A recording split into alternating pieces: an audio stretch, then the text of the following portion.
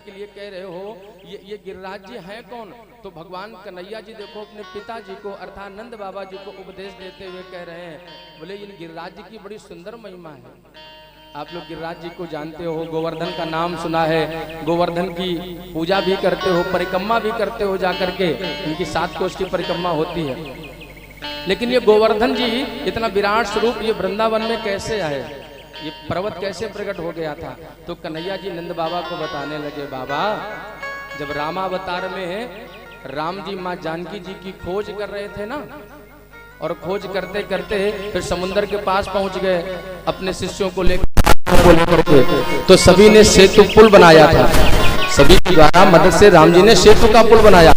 तो छोटे छोटे पत्थर बड़े बड़े पत्थर सब लाला करके वही समुद्र में फेंक रहे थे, बना रहे थे, वही सेतु पुल, राम सेतु पुल जिसे कहते हैं। तो हनुमान जी दूर दूर से जाकर के बड़े बड़े पत्थर ले ले करके आ रहे थे। राम जी ने आज्ञा दी थी कि सभी लोग बड़े बड़े पत्थर उठा उठा करके रखो, जल्दी से सेतु पुल तैयार हो जाएगा। तो हनुमान जी महाराज भ्रमण करते करते पहुंच गए थे, एक द्रोण नाम का पर्वत है, उसी द्रोण पर्वत के पास पहुंचे, बोले हे द्रोण पर्वत जी, हनुमान जी ने कहा मेरे राम जी की आज्ञा है, तुम बड़े विराट स्वरूप में हो, तुम अगर सेतु पुल में वहां पर समुद्र में विराजमान हो जाओगे तो पुल जल्दी से निर्माण हो जाएगा। द्रोण जी ने मना कर दिया, द्रोण ने मना कर दिया। देखो ये शरीर हमारा किसी की सेवा में लग जाए तो कितना अच्छा होता है, और सेवा से हम दूर जाएं तो हमें उसका क्या फल मिलेगा। वहीं द्रोण जी के पुत्र थे जिनका नाम था श्री गोवर्धन। गोवर्धन कौन थे? द्रोण पर्वत जी के पुत्र थे जिनका नाम था गोवर्धन पर्वत। गोवर्धन भगवान ने कहा, गोवर्धन जी ने कहा हनुमान जी हम आपके साथ में चलने को तैयार हैं। हनुमान जी ने कहा बहुत सुंदर। हनुमान जी तो तुरंत जानते हो अपने हाथ प्रसाद लेते हैं, विराट से विराट पर्वत को संजीवनी बूटी को पर हाथ में लेकर के चले आए थे।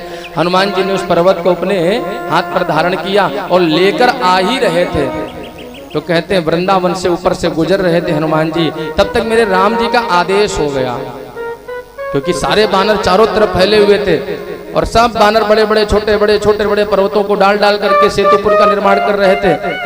तो सेतु पुल का निर्माण लगभग हो ही चुका था, पूर्ण हो चुका था। तो राम जी ने सोचा कि अब तो किसी पर्वत की आवश्यकता है नहीं, तो राम जी ने आकाशवाणी करते हुए कहा कि जो भी अब आप लोग परिश्रम कर रहे हो, तो अब जो भी पर्वत कहीं से ला रहे हो तो वो पर्वत वहीं पर रख दें, अब पर्वत की पत्थर की आवश्यकता नहीं है। हनुमान जी वृंदावन से गुजर रहे थे, तो हनुमान जी ने जब सुना कि मेरे राम जी का आदेश ये हो गया, तो उन्होंने वही गोवर्धन पर्वत को सीधाम वृंदावन में ही विराजमान कर दिया। इसलिए वृंदावन में ही श्री गोवर्धन पर्वत विराजमान है। बोलो गिरिराज भगवान की जय हो।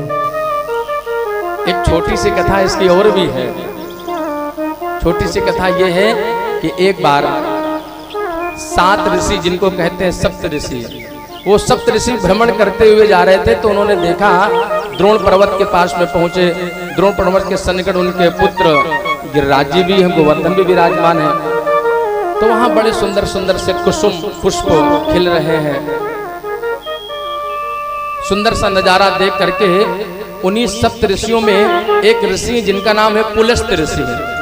तो पुलस्त ऋषि को वो पर्वत बड़ा अच्छा लगा। उन्होंने द्रोण से, ये भी कथा आती है, उन्होंने द्रोण से आज्ञा मांगी कि इस पर्वत को हम ले जा करके अपनी कुटिया के पास विराजमान करेंगे और इन्हीं की सन्निधि में बैठ करके जब हवन तप आदि करेंगे। द्रोण जी ने आज्ञा दे दी, तो गिरिराज जी को वो पुलस्त ऋषि जी लेकर आ रहे थे, और जैसे रास्ते में आए तो सीधाम वृंदावन जब मिला, तो वृंदावन को देख करके गोवर्धन भगवान का मन आ गया। मन ये आ गया कितना सुंदर भगवान का धाम है, पुलस्त ऋषि मुझे अपने पास लेकर जा रहे हैं, मुझे वहां तो अच्छा नहीं लगेगा, मैं अगर वृंदावन में विराजमान हो जाऊं तो कितना आनंद आएगा। तो कहते हैं कि गोवर्धन पर्वत ने अपना वजन बढ़ा दिया, और वजन बढ़ा दिया 7 कोस के गिरिराज जी, और उन्होंने जब अपना और विराट स्वरूप वजन बढ़ाया, तो उन्हीं ऋषि जी ने, पुलस्त ऋषि ने गोवर्धन पर्वत को वृंदावन में विराजमान कर दिया। और जब विराजमान किया ना, तो पुलस्त ऋषि थोड़ा क्रोध में भी आ गए थे। बोले इतना वजन हो गया, मैं तो तुम्हें लेकर अपने पास जा रहा था, जरूर कोई माया है तुम्हारे अंदर, तुम्हारी लीला है। हे गोवर्धन मैं तुम्हें श्राप देता हूँ। उन्हीं पुलिस ऋषि ने फिर गोवर्धन को श्राप भी दिया। बताओ क्या श्राप दिया?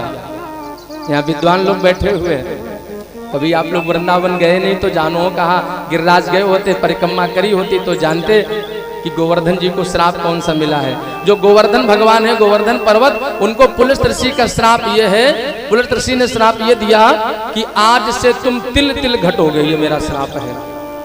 काला तिल होता है ना, आज से तुम तिल तिल घटते जाओगे, तिल तिल घटते जाओगे।